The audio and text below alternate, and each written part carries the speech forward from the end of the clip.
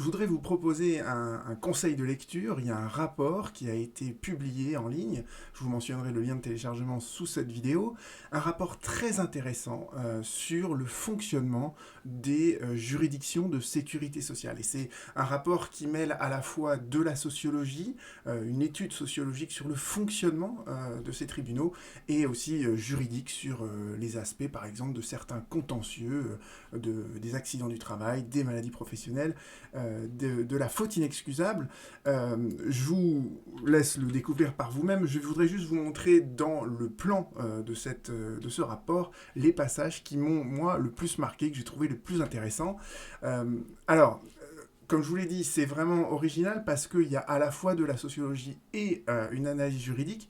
Donc le début en fait de l'ouvrage porte sur vraiment le fonctionnement des tribunaux. Et un des chercheurs est vraiment à assister aux audiences. Et c'est amusant d'ailleurs de voir quand elle décrit qu'elle était parfois assise avec les victimes, parfois assise à côté des juges, ou parfois encore assis à côté des avocats. Enfin, j'ai trouvé ça très, très original comme démarche. Et c'est vrai qu'on pense pas souvent le fonctionnement des juridictions de l'intérieur, on n'essaye pas de l'analyser comme ça, donc j'ai trouvé ça vraiment intéressant. Il y a aussi une analyse très riche, je trouve, sur le fait d'être juge dans une juridiction de sécurité sociale, avec des profils qui sont au départ très très différents, mais qui sont amenés ensuite à juger avec neutralité.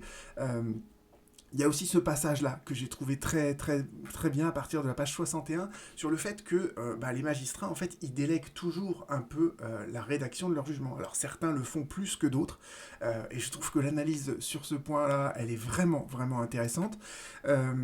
Qu'est-ce que j'ai trouvé d'autre encore Alors, il y a aussi cette analyse sur le fait que quand on devient juge de la sécurité sociale, au début, en fait, on n'a aucune connaissance là-dedans. Et donc, en fait, vous voyez, c'est intéressant de se poser la question de comment quelqu'un qui ne connaît pas le droit, qui ne connaît pas, en plus, un droit technique, qui est le droit de la sécurité sociale, va être amené à devoir juger.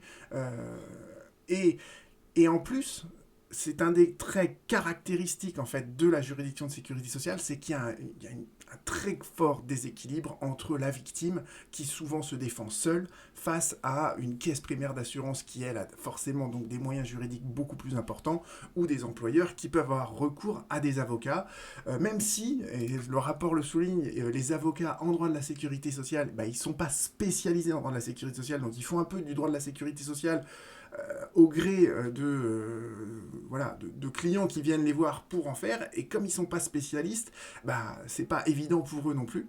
Donc ça, j'ai trouvé ça aussi très intéressant. Et justement, une partie de l'analyse, c'est d'essayer de comprendre comment en fait le juge va tenir compte de cette fort déséquilibre entre les profanes et ceux qui le sont moins.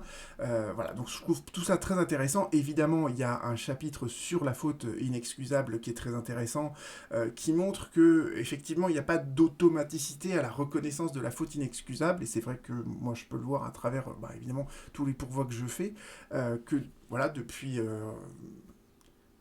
quelques années, en fait, c'est moins facile de faire reconnaître de la faute inexcusable, même s'il y a une évolution qui est très intéressante à l'heure actuelle sur comment comprendre la conscience du danger.